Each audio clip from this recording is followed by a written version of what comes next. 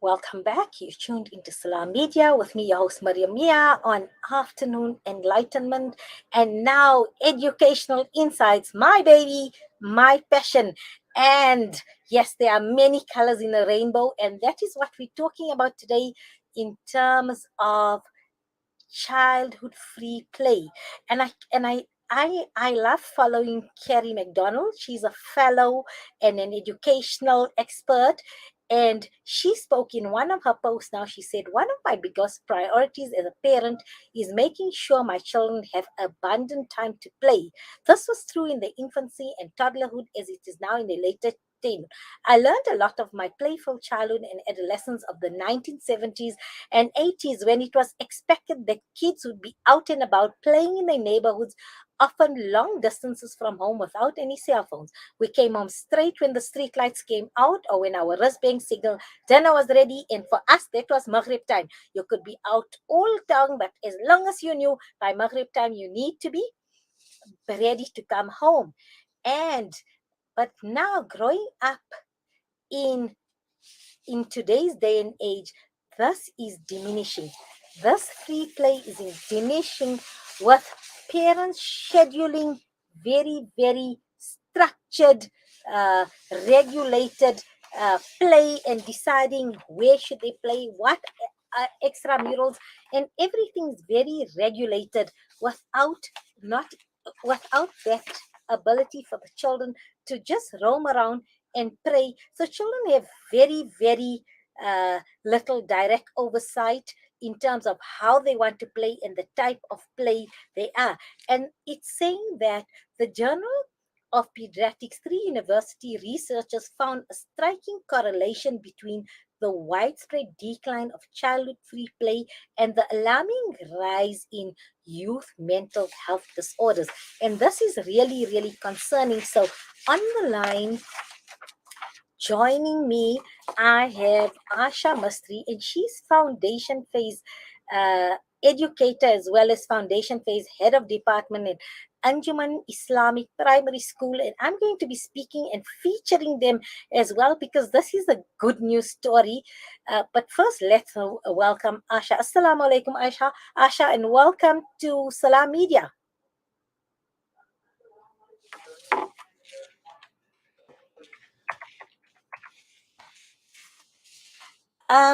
So as a foundation phase educator, I mean, you get to see all the little ones in play is very much part of the makeup and curriculum as well for foundation phase in terms of developing life skills and social skills and that. So I've read a bit about that article.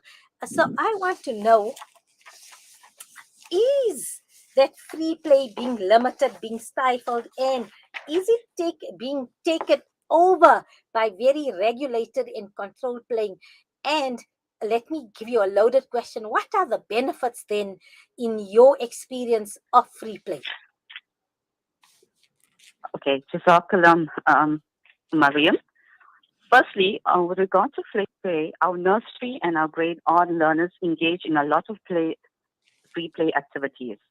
When it comes to our grade 1, 2, and 3, they are more in a structured program. So the benefits of free play are numerous. They include improved problem-solving skills, social skills, decision-making abilities, imagination, as well as to reduce boredom and attention problems. We have found that with free play, children have an abundance of energy and they're able to express themselves in so many ways. Can you hear me, Asha? I can hear you now. Sorry, I think we lost each other for a bit. So you were giving us the benefits of free play because, according to this study points, researchers are urging parents, pediatricians, policymakers to elevate free play as an essential childhood activity and one that is crucial to youth health and well-being. Do you agree with that statement? Definitely, I definitely agree with that. Free play is very important in early childhood because it provides children with opportunities to develop the imagination, creativity, problem-solving skills. It is also crucial for the healthy development of young children as it supports their social, emotional, and physical growth. So you know what? I find that as parents and educators now, we need to find a balance between, because we live in uh, different circumstances with different constraints in terms of safety, in terms of health and safety, compared to, I don't know what's your age group, but I I am part of that age group of my introduction in the 80s, where we used to play, and I mean we were out and about, and our only Exactly. yeah, so our rule was we can go out and play and have fun with our friends, and it was safe. And the rule was, they said street lights and I said ours was maghrib time. So about 20 minutes before maghrib we needed to be at home. So I don't know if that's true Oh, for you as well, but nowadays there's, we live in different, it's dangerous, right? I mean, we have crime, we have also people who intend harm for children, with childhood kidnapping, we have pedophiles around. So how do we still allow, how do we manage that situation where we allow children free play, but yet we still monitor and supervise to see it's free play in a safe environment? So how do we strike that balance at school as well and as parents? okay. So from our point of view, I mean, at school, our curriculum actually allows for pre-play in our daily activities, especially in our nursery and our grade R classes. There are activities where they come out, they engage in the pre-play activities under the supervision of our educators and our assistants. When it comes to our with parents and and asking learners to with regard to free play, I think we have to be very very careful. As you mentioned, all the underlying conditions. You have to ensure that the environment is safe. You are in a safe environment. Your children is being there's no strangers around, things like that. So you have to have them in an environment that is safe, that is conducive, where you feel safe as well. And they engage in people. It can be in your garden, it can be in a park where they're under your supervision as well, to develop these free play activities. Yes, and then some bit of advice for parents, because besides the free play at school, nowadays we want to provide. We mean well in terms of providing best opportunities for our children. So we schedule many of these very structured extramurals, everything from karate to tennis to Mhm. I don't know, soccer to speech and drama, and it comes from a good place as a parent. I mean, we want to give our children the best opportunities to develop in their educational journey, to develop into responsible, productive individuals and adults. But at the same time, how do we then allow them that opportunity? Because free play essentially is the building block for pre-conceptual thinking, for conceptual thinking, for engineering, for your Problems. arts, for just Yes. those problem solving skills. It is through this free play, using your imagination, that our neurotransmitters are developing, our brain is developing. So is what advice do you have for parents then, in terms of a balance between just free play and I, seeing it not as time wasting, but actually brain development, and as opposed to very structured extramural play related activities? okay. I think with regard to overscheduled children can contribute to stress and even anxiety in our children, right? It will actually limit their opportunities for development. It will make children less interested in activities and can also leave them feeling very, very exhausted. So there must be a very fine balance between, having a free play and over scheduling all these activities. Because as we say, examples of free play would include like blocks, playing, dressing up, pretend play, games, puzzles, art activities, playing with toys, sand or water play, among others. So there should be a balance between overschedule and in having a play activities scheduled for your child.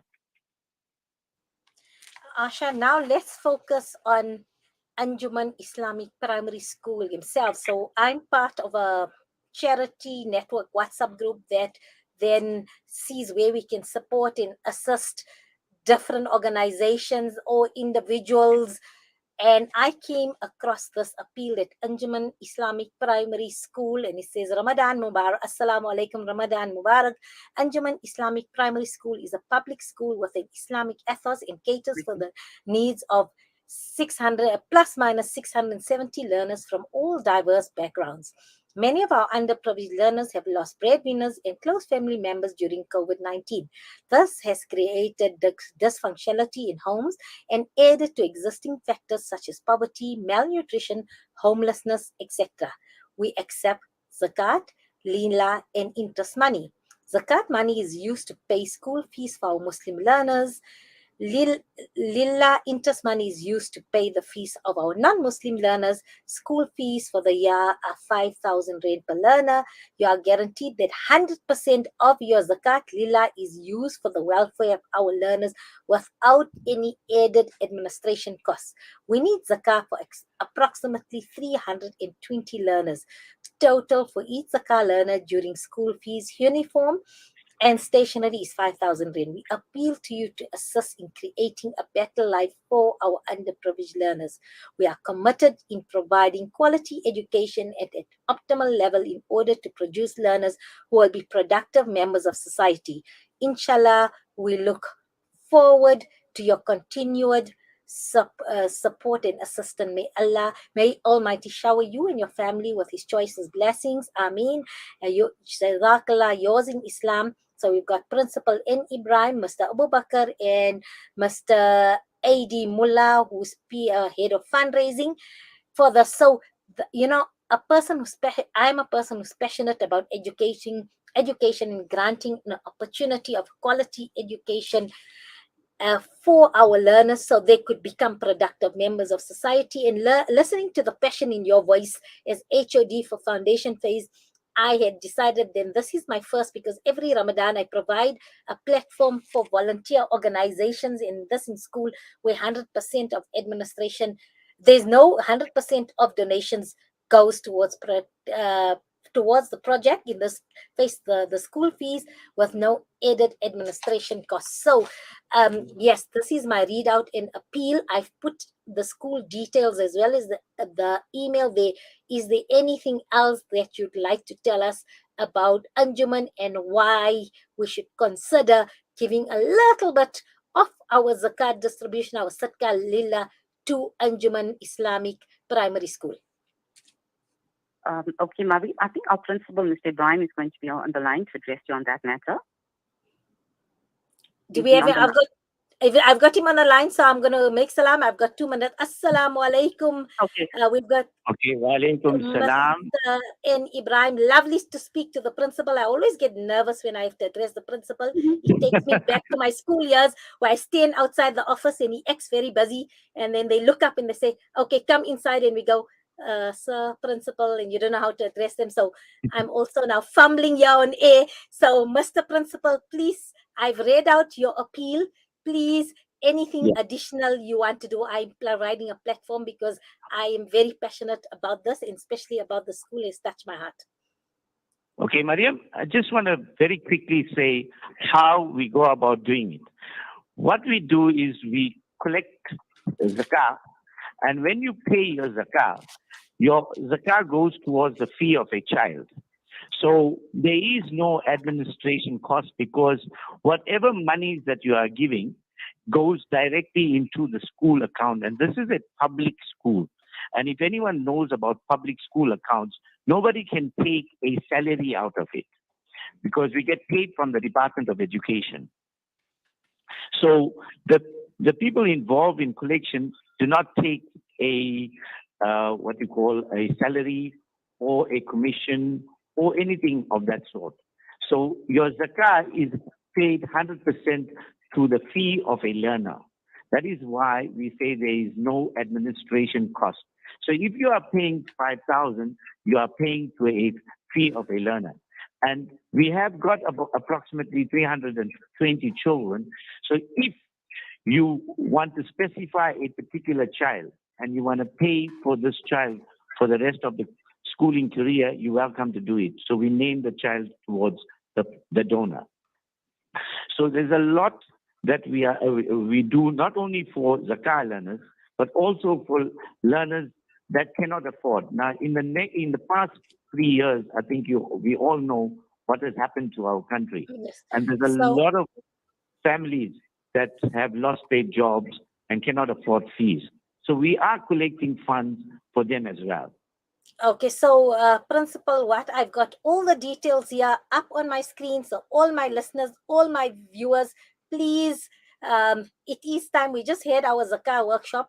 Most people set their date to pay Zakat in Ramadan. If you are paying a Zakat, please consider contributing to Anjuman Islamic Primary School. You can contribute a hopeful 5,000 for a specific learner, or even if you're giving 1,000 rand towards the pool of school fees for a particular learner. This is also upskilling. So when you're paying your zakat at Anjuman Primary School, you're upskilling a learner.